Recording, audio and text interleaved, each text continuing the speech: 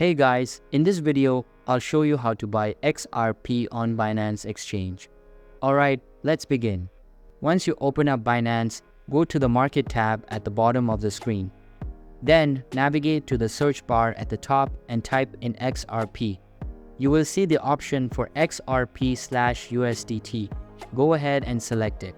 To proceed with buying XRP, scroll down to the bottom of the page and tap on the Buy button. Here, you can choose the amount of XRP you want to purchase, and it will display how much it will cost you in USDT.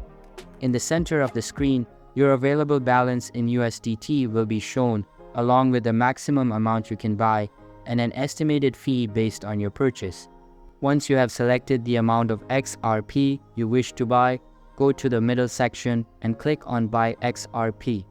After confirming your purchase, you will receive a notification that your transaction was successful. So that's basically how you can buy XRP on Binance Exchange. And that's it for this video. If you find this helpful, consider subscribing and giving this a big thumbs up. Thanks,